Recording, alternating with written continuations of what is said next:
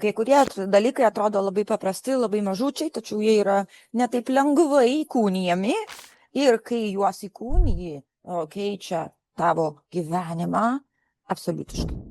Tai tie tylūs vidiniai mažučiai sprendimai, kurie perrašo žmogaus likimą. Nori perrašyti savo likimą? Visų pirma. Ar gali pasitikėti savo intuiciją, netgi tada, kai minia ar žmonės aplink tave galvoja kitaip? Jo? Ar gali priimti savo praeities sprendimus, pripažinti savo visą buvimą ar visokias ar klaidas, sakykime, be jokių pasiteisinimų? Ta prasme, ji buvo kalta, nes mane privertė tai pasijausti ir paskui tai padaryti ir taip toliau. Ar, ten buvau aš. Pasitikėti savim ar gali, kai kiti netgi tavim abejoja. Išdrįsti pakeisti įsitikinimą, kuriuo tikėjai daug metų. Ar gali tą įkūnyti? Vėl, visi šitie mažučiai sprendimai, jie pakeis taip, kaip jūs patirėt savo gyvenimą. Jo? Kalbėti savo tiesą, be poreikio ją ginti. Galite išreikšti, jo? Tačiau neiti kariauti, kad būtinai visi pamatytų, kad čia jūsų tiesa yra ir jūs teisus. Jo?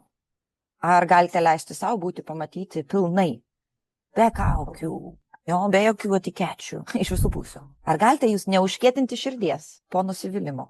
Neužkėtinti širdies šiame žiauriame pasaulyje. Išklausyti tiesą, kuri žaidžia tavo ego ir jaučiasi nemaloniai tavo ego. Tačiau gali sėdėti atviras ir atvira ir priimti. Ar gali nuoširdžiai džiaugtis kitų sėkme? Mažutis sprendimas. Tačiau pakeis tavo gyvenimą visiškai. Ar gali išlikti švelniam, kai gal kitas žmogus nešvelniai su tavimi elgesi? Ar gali pasitikėti po išdavystės? Todėl, kad vėl nepasitikėti, kai kas nors apgavo, nepasitikėti savim, kai save apgavai. Natūralu, normalu. Tačiau tu ar gali išeiti už šių ribų? Kai kitas pyksta, nepykti atgal. Ja?